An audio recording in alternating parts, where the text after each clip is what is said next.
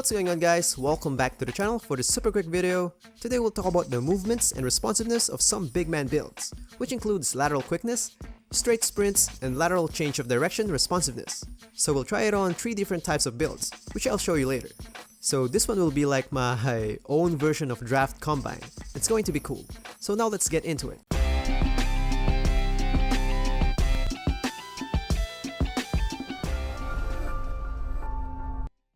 So I can't make a test for all builds, so I just tried to make the common ones. So we got 6'10", 280 pounds Paint Beast with an offensive and defensive dominant pie chart, and for the physicals, we got the balanced one. Second build will be exactly the same aside from the physicals, which will have the vert and strength dominant one. Last build will be almost the same as the first one, but he's 7'3" and 290 pounds for the weight.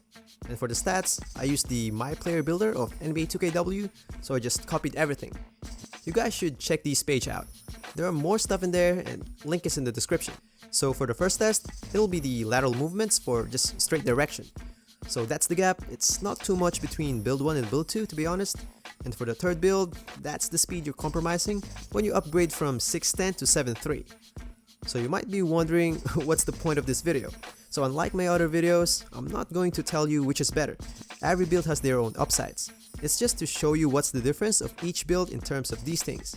And it will help you decide when crafting your own build. So in here, you can see that build 1 and build 3 are almost the same aside from the height. And that's the difference you got for lateral movements. Those kinds of things. Next one is for straight sprints. So the gaps between them are not bad actually, compared to the first test. And by the way, I know that there are lots of other things that they can differ, like how fast they respond to passing lanes, how the physical affects some other things, but unfortunately, these are the only things I can test that can give accurate results. Next one will be 180-degree change of direction. So you'll notice that the faster you sprint, the slower you recover. As you can see here, build 1, which is the fastest, he recovered the slowest because he was too fast. But then on the second turn, he started to drain stamina, so he slowed down a bit, so he recovered same time with the other ones.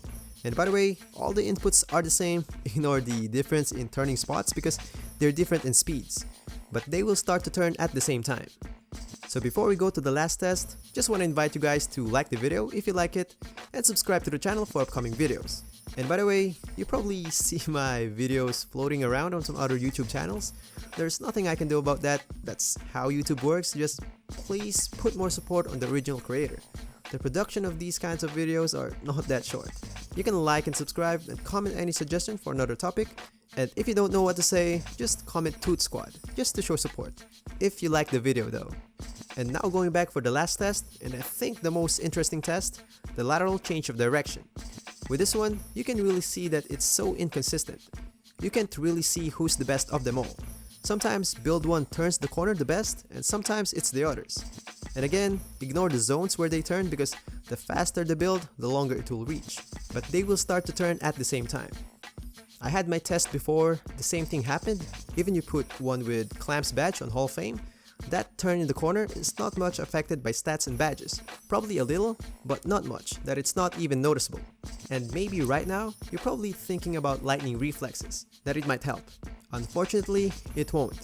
If you've been following the channel for a while now, you know that I'm not a big fan of that badge. You can click the link at the top of your screen to know why. So with all those tests, I conclude that with physical pie chart and height difference, the ones that really affected are the lateral quickness and the actual sprinting speed. The change of direction responsiveness is not that much affected, and that's only for those builds.